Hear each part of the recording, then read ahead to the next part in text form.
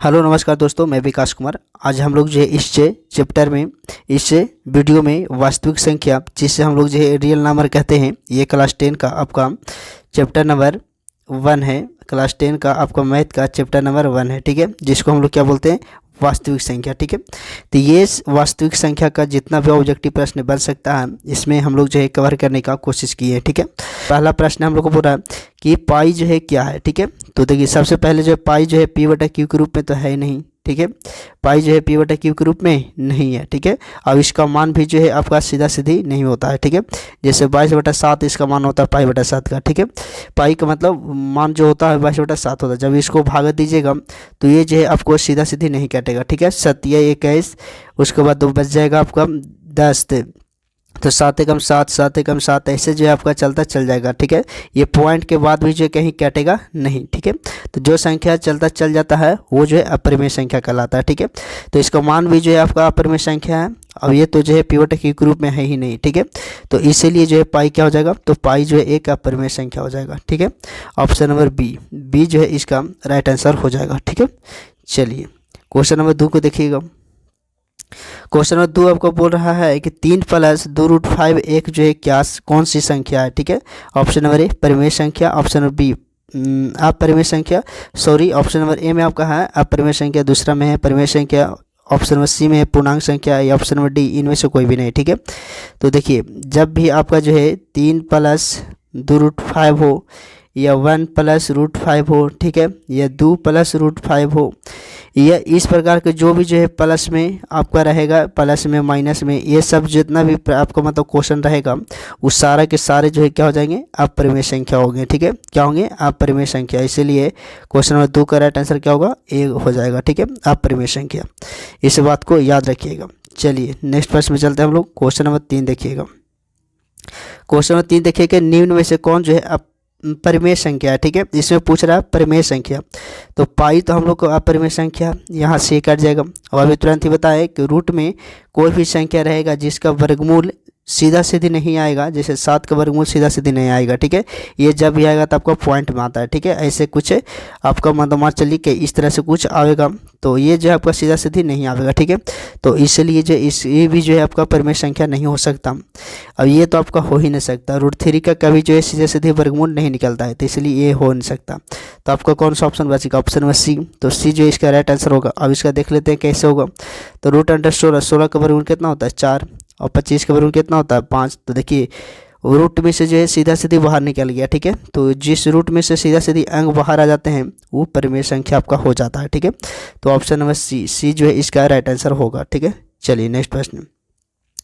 अगला प्रश्न देखिए क्या बोल रहा है क्वेश्चन नंबर 4 को, निम्नलिखित में से कौन जो है परिमेय संख्या, ठीक है। तो वही क्वेश्चन है, बाकी इसमें अंक जो है कुछ अलग अलग है, ठीक है। इनमें से बताना है कि इनमें से कौन जो है परिमेय संख्या है, निम्नलिखित में से कौन परिमेय संख्या है, ठीक है। तो देखिए परिमेय संख्या क्या हो जाएगा, 49 है। 49 का कितना होता है 7 × 7 = 49, ये 7 हो जाएगा, ये आपका 8 हो जाएगा, ठीक है। तो ये भी निकल गया।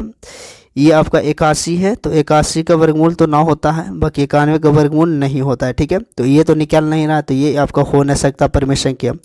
यहाँ पे देखिए 91 और 51 है, ठीक है, ये भी इसका वर्गमूल नहीं निकलेगा, तो ये भी नहीं हो सकता। अब इनमें से कोई भी नहीं कर रहा, तो ये तो हो ही नहीं सकता है। अब ये जो है आपका निकल गया सीधा सीधी, ठीक है। तो ऑप्शन नंबर ए जो है इसका राइट आंसर हो जाएगा, ठीक है। देखिए हम लोग जो है चारों ऑप्शन को देखते हुए चल रहे हैं, ठीक है। तो इसलिए इसे ध्यान से ज़रूर देखिएगा। चलिए अब यहाँ पे जो है एक नए तरह के क्वेश्चन है आपका। क्वेश्चन नंबर 5 बोला कि 1.121111 मतलब 2 फिर 4 बार 1 फिर 2, इस तरह से जो आपका संख्या चलते चलते जा रही है, ठीक है। तो अभी तुरंत ही बताया कि कोई भी संख्या जो है आपका पॉइंट के बाद जो है वो कहीं पर ही आपका सीमित नहीं होते, फिनिट नहीं होते, मतलब वो संख्या चलते चल जाएगी। पॉइंट के बाद जो है संख्या आगे रुकती नहीं है, चलते चल जाती है, तो वह संख्या जो है आपका क्या होती है, अपरिमेय होती है। क्या होती है, अपरिमेय होती है, ठीक है। और पॉइंट के बाद जो है कोई संख्या अगर कट जाती है, जैसे 1.72, उसके बाद आगे नहीं जा रही है, तो ये जो आपका परिमेय संख्या हो जाती है, ठीक है। तो बाकी ये संख्या देखिए कहीं रुक नहीं रही, ठीक है। यहाँ पे देखिए dot dot dot dot dot चलते चल जा रही है, ठीक है। तो इसलिए ये संख्या जो क्या हो जाएगी, तो ये संख्या आपका जो है अपरिमेय संख्या कहलाएगा, ठीक है। ऑप्शन नंबर ए जो है इसका राइट आंसर होगा, ठीक है। चलिए नेक्स्ट प्रश्न। अगला प्रश्न है क्वेश्चन नंबर 6 से देखिएगा। बोला निम्नलिखित में से π/2 में जो है क्या है। π/2 जो है हम लोग को क्या है, तो परिमेय संख्या है। अपरिमेय संख्या है, परिमेय संख्या है, नहीं अपरिमेय संख्या है, या इनमें से कोई भी नहीं है। ठीक है, तो देखिए π/2 है, क्या है, तो π/2 है आपका। तो इसमें बताइए कि क्या होगा ये। ठीक है, तो देखिए आपका जो है पाई है, अब पाई जो है आपका क्या होता है, अपरिमेय होता है। ये तो बात आपको भी पता है, पाई अपरिमेय होता है, और परिमेय को भागा देंगे 2 से तो भी आपका क्या आएगा, परिमेय ही आएगा। इसलिए आपका ऑप्शन नंबर सी जो है इसका राइट आंसर हो जाएगा। ठीक है, इस प्रकार से आप याद रख सकते हैं। 11 हो, √13 हो, या फिर और भी कोई संख्या जिसका वर्गमूल सीधा सीधे नहीं निकलता, वह संख्या आपका अपरिमेय संख्या होता है। ठीक है, तो इसलिए ऑप्शन नंबर सी जो है इसका राइट आंसर हो जाएगा। ठीक है, चलिए नेक्स्ट प्रश्न है। अगला प्रश्न क्वेश्चन नंबर 9 है। बोला एक वृत्ताकार पथ है, पथ पर 3 धावक जो है एक ही स्थान से दौड़ना प्रारंभ करते हैं। ठीक है, एक वृत्ताकार पथ है, यहाँ पे ऐसे समझिए। ठीक है, हो रहा है कि 3 धावक जो है एक ही स्थान से, मान लीजिए इस स्थान से दौड़ना शुरू करते हैं और एक ही स्थान से दौड़ना शुरू करते हैं। 3 को व्यक्ति जो है दौड़ना स्टार्ट करते हैं। ठीक है, ऐसे 3 व्यक्ति दौड़ रहे हैं आगे पीछे। ठीक है, तो एक चक्कर लगाने में क्रमशः 2 घंटे, 4 घंटे, 6 घंटे समय लगाते हैं। तो तीनों को प्रस्थान बिंदु पर पुनः मिलने में जो है कितना समय होगा। ठीक है, तो देखिए सब जो है तीनों एक बार यहाँ दौड़ने के लिए स्टार्ट किए, और जो है सभी लोग क्रमशः 2 घंटे दौड़ते हैं, एक 4 घंटा दौड़ते हैं, एक 6 घंटा दौड़ते हैं। ठीक है, समय लगाता है। तो तीनों जो है प्रस्थान बिंदु पर पुनः जो है मिलने में कितना घंटा समय ले लेगा। ठीक है, जैसे मान लीजिए कोई व्यक्ति यहाँ से शुरू किया थी, या दौड़ा 6 घंटा, फिर दौड़ा 4 घंटा, एक होती तीसरा दौड़ा 2 घंटा। तो ऐसा आपको एक बार जो है समय आवेगा कि एक बार यहाँ पर कभी न कभी उन लोग मिला होगा। ठीक है, ये दौड़ने के क्रम में। ठीक है, तो वो क्या होगा, तो इस प्रकार के जब भी प्रश्न आपका रहेगा तो आपको कुछ नहीं करना है। जैसे कौन कितना कितना आपका समय दिया हुआ है, 2, 4 और उसके बाद 6 दिया हुआ है। ठीक है, तो ये तीनों का जो है आपका एलसीएम ले लेना है। क्या करना है, एलसीएम लेना है। ठीक है, तो 2, 4 और 6, 2 और 4, 6 का एलसीएम कितना होगा, तो 12 हो जाएगा। तो 12 आपको कहाँ दिखाई दे रहा है, तो ऑप्शन नंबर डी में। ठीक है, इस प्रकार का प्रश्न रहेगा तो आपको जो एलसीएम लेना है, और जहाँ दिखाई देगा वही आपका ऑप्शन हो जाएगा। ठीक है, ऑप्शन नंबर डी इसका राइट आंसर होगा। ठीक है, चलिए नेक्स्ट प्रश्न है क्वेश्चन नंबर 10। देखिए क्या बोल रहा है। क्वेश्चन नंबर 10 बोल रहा है कि निम्नलिखित में से कौन जो है परिमेय संख्या, अपरिमेय संख्या है। ठीक है, ध्यान से देखिएगा कि निम्नलिखित में से कौन जो है अपरिमेय संख्या। तो अभी बताएं, जिसका वर्गमूल सीधा सीधी नहीं निकलता वो अपरिमेय संख्या होता है। ठीक है, तो 64/36, तो 64 का तो वर्गमूल निकल जाएगा, 8 या 64, ये 8 हो जाएगा, और 36 जो है 6 का होता है। ठीक है, तो इसका तो निकल गया, तो ये तो परिमेय संख्या हो गया। ठीक है, तो इसमें तो ये आपका सही हो ही नहीं सकता है, क्या कि आपको पूछ रहा है अपरिमेय संख्या, ये है परिमेय संख्या, तो ये तो आपका आंसर नहीं होगा। √81 ये तो आपका हो जाएगा जी, यही आपका आंसर हो जाएगा। मगर और सब कुछ चेक कर लेते हैं। जैसे √49, तो 7×7 और 3 के वर्गमूल 9 होता है, मतलब ये भी निकल गया आपका।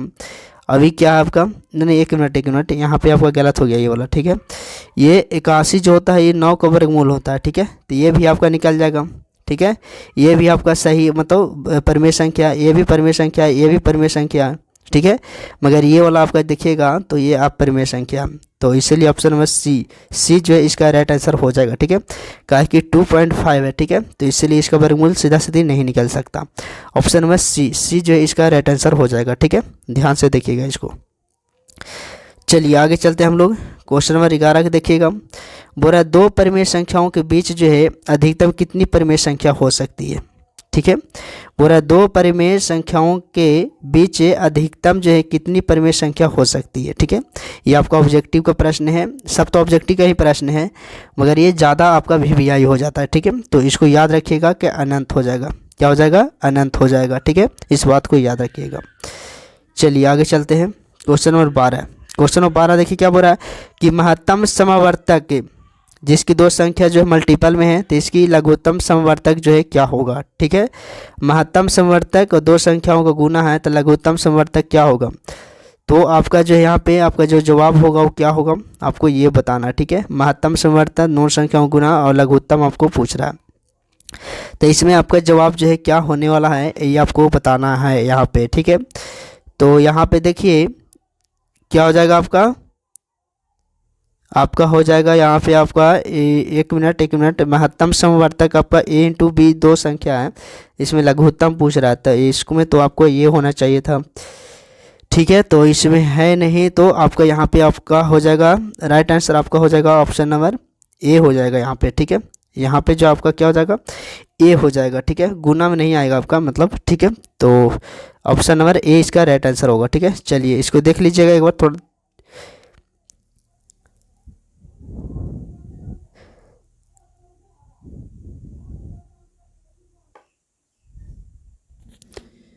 चलिए नेक्स्ट प्रश्न है क्वेश्चन नंबर 13, ध्यान से सुनिएगा कि बोल रहा है कि संख्याओं 25 और 50 के एचसीएफ और एलसीएम का गुणनफल जो है क्या होगा। ठीक है, तो पहले आपको एचसीएफ ज्ञात करना होगा, उसके बाद एलसीएम ज्ञात करना होगा, उसके बाद दोनों का गुना करना होगा। ठीक है, तो आपका ये 25 हो गया, ये आपका 50 हो गया, ये दोनों का एचसीएफ आपका कितना हो जाएगा, तो 25 और 50 का एचसीएफ आपका जो हो जाएगा आपका 25 हो जाएगा। ठीक है, कैसे, तो इसको समझिएगा ध्यान से ज़रा। क्वेश्चन नंबर 13 को हम लोग देख रहे हैं, तो 25 को पहले आप तोड़ दीजिए। ठीक है, गुणनखंड विधि से हम लोग एचसीएफ ऑफ एलसीएम ज्ञात करते हैं। ठीक है, तो 25 को हम लोग कैसे तोड़ सकते हैं। ठीक है, तो ऐसे हम लोग तोड़ सकते हैं, 25 5 गुने 5 बचे 25 टूट गया, और 50 को हम लोग तोड़ेंगे कैसे, तो 2 गुने 5 गुने 5 50 टूट गया, तो 2 बचे 10 10 बचे 50। ठीक है, अभी 25। अब एचसीएफ पहले ज्ञात करेंगे, तो एचसीएफ क्या होता है, जो दोनों में कॉमन होता है वही हम लोग का एचसीएफ होता है। तो 5 यहाँ भी है, 5 यहाँ भी है। ठीक है, यहाँ से आप ऐसे भी कर सकते हैं, तो ये 5 आपका कॉमन हो गया, ये 5 भी आपका कॉमन हो जाएगा, तो ये आ गया आपका। ठीक है, तो एचसीएफ आपका कितना हो गया, 25 हो गया।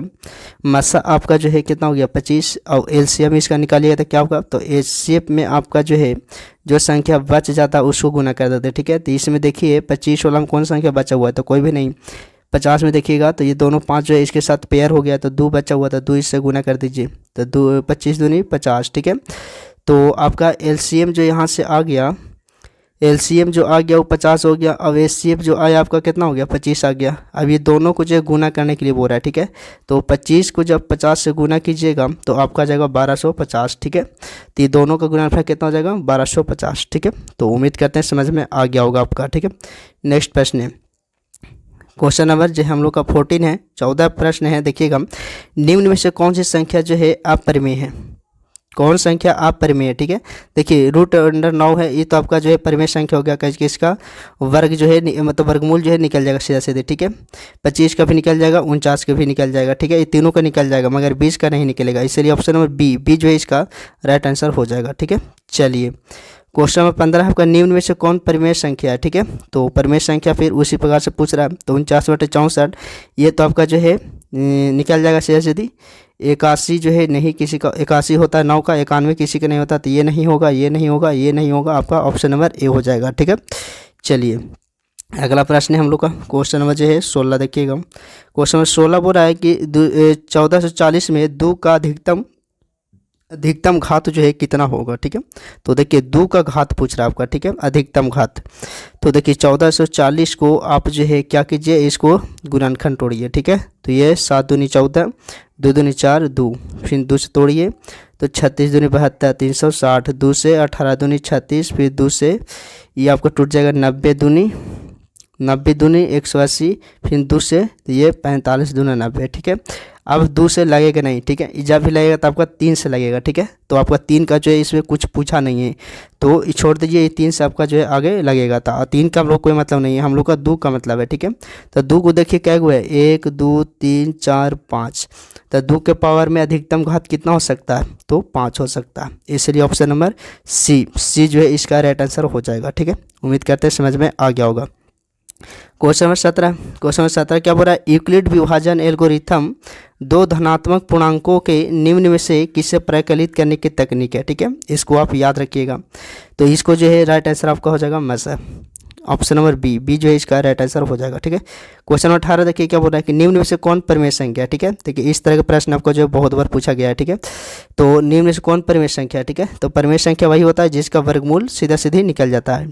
ठीक है, तो इसमें से किसका निकल जाएगा, परिमेय संख्या कौन है इसमें से। ठीक है, तो परिमेय संख्या आपको बताना है इसमें से, तो देखिएगा ध्यान से जरा, निम्न में से कौन परिमेय संख्या। ठीक है, तो यहाँ पे देखिएगा थोड़ा दिक्कत होने वाला है इस क्वेश्चन में कि √3 का वर्गमूल निकलता नहीं है, तो ये आपका परिमेय संख्या तो होगा नहीं। √6 का नहीं निकलता तो ये भी नहीं होगा, और ये भी आपका जो है परिमेय संख्या नहीं होगा। ठीक है, तो ऑप्शन नंबर बी आपका जो है राइट आंसर होना चाहिए। मगर इसमें देखिए कुछ दिमाग लगाना पड़ेगा। ये √2 से √2 को काटना पड़ेगा, तब बचेगा 2। अब ये जो आपका परिमेय संख्या हो जाएगा। ठीक है, तो ऑप्शन नंबर बी जो है इसका राइट आंसर हो जाएगा। ठीक है, तो उम्मीद करते हैं आपको जो है ये पहला चैप्टर का ऑब्जेक्टिव जो है समझ में आया होगा। ठीक है, और भी इसमें जो ऑब्जेक्टिव बनते हैं उसको हम लोग जो है नेक्स्ट वीडियो में समझेंगे। तब तक आप लोग जो है इस वीडियो को बार बार देख के अपना रिवीजन बहुत अच्छे से कर सकते हैं। ठीक है, तो आप लोग अगर ये वीडियो अच्छा लगा तो वीडियो को लाइक करें और चैनल को सब्सक्राइब जरूर कीजिएगा। ठीक है, अपने दोस्तों के साथ इसे शेयर जरूर कीजिए। धन्यवाद।